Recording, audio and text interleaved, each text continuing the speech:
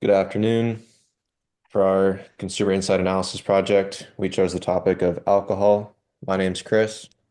I'm Andres. I'm Ryan. I'm Cooper. Julian. I'm Juan. Andy. And so today we'll be going over 6 topics. I'll be going over the research goals. Next will be the survey overview by Andy, and then we'll be going over the research questions with Juan, and then the findings, the marketing implications, and then lastly the conclusion. And so for this project, we set out to better understand how people make decisions when buying alcohol, mainly specifically what information sources influence those decisions and how much they do.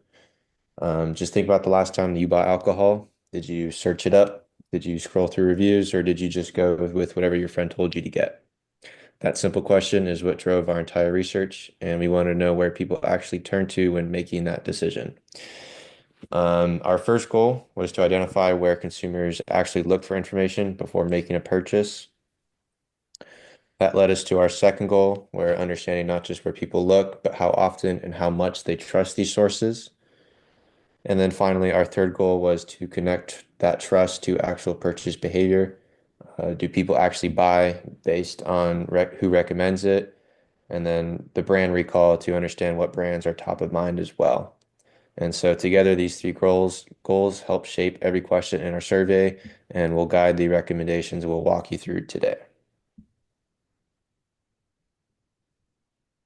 So we're going to look at our survey overview. The topic, as previously stated, is alcohol purchasing behavior.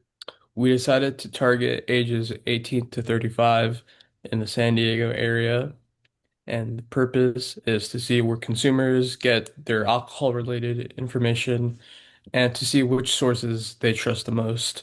The key areas that we measured are where the consumers look before purchasing the alcohol, their social media habits, what their trusted sources are, and what their purchasing habits are. So for our research questions, we have created more open-ended questions. For question one, our question is, where do you look for information before buying alcohol?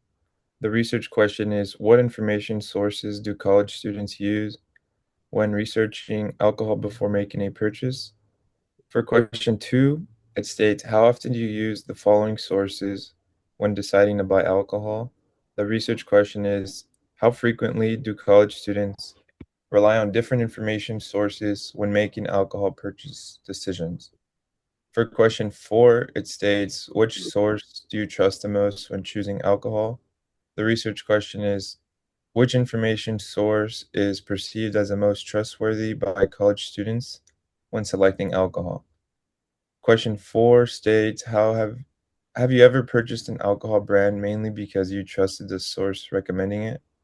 The research question is, to what extent does trust in information sources influence college students' alcohol purchase decisions? Question five states, what comes to mind first? The research question is, which alcohol brands have the highest top of mind awareness among college students?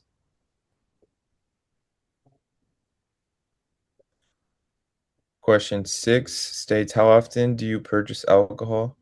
The research question is, what patterns exist in alcohol purchasing frequency among college students, and how do these patterns reflect their consumption habits?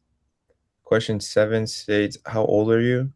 And our research question is, how do alcohol research and purchasing behaviors vary across different age groups of college students? Question eight states, what is your gender orientation? The research question is, are there differences in how male and female students search for the evaluate information before buying alcohol? Question nine states, what is your yearly income? And our research question is, how does income level influence alcohol purchasing behavior and reliance on information sources? Okay, so now we'll be getting into the findings. So for the first chart, we can see that most people get their recommendations for what alcohol to buy based off of friends and word of mouth. It's about 44 people. And then going on to the next chart, we can analyze the frequency.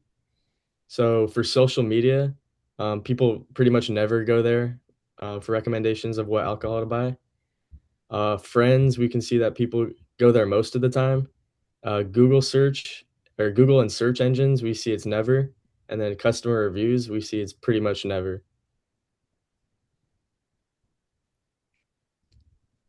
And then going on to the next chart, we can see that the most trusted source is once again friends. And that's with 85% of people agreeing on that. And then when analyzing how trust influences purchases, we see that 83% of people say yes, trust does influence purchases.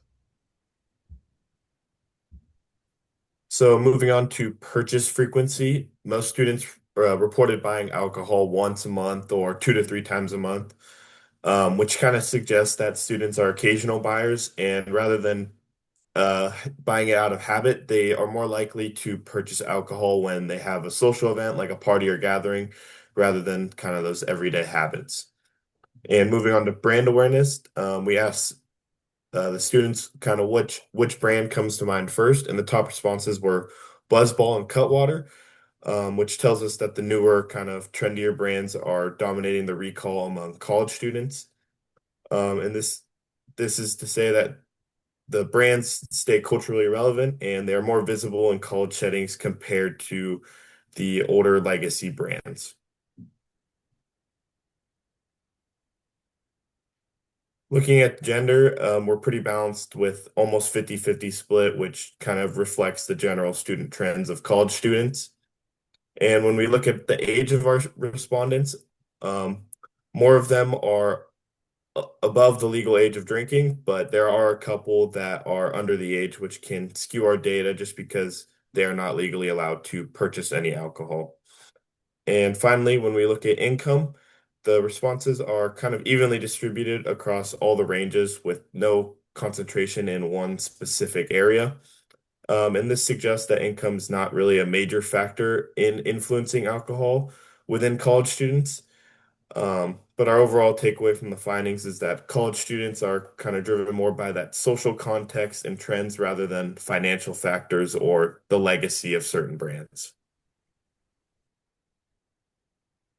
Now, for some of the marketing implications that marketers can use for their own products, our findings show that alcohol purchasing among college students mainly is heavily driven by social influence rather than traditional marketing. Marketers can need to understand that peer influence dominates decision making. Our findings showed that about 70% relied on friends for information, and about 85 trusted the friends they're most. And brands should prioritize word of mouth strategies, including referral programs, campus ambassadors, and as well as social group marketing to gain their attention. And then we also found that trust directly drives purchases, with 83% purchasing based on trusted sources. So marketers should prioritize building credibility through authentic endorsements rather than traditional ads.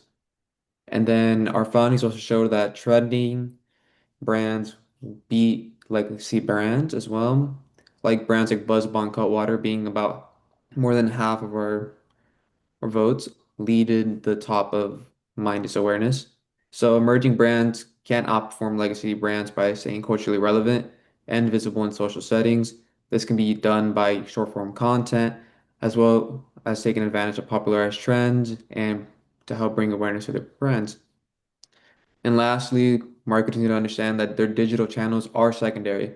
Search engines, social media, and reviews have minimal influence compared to peers.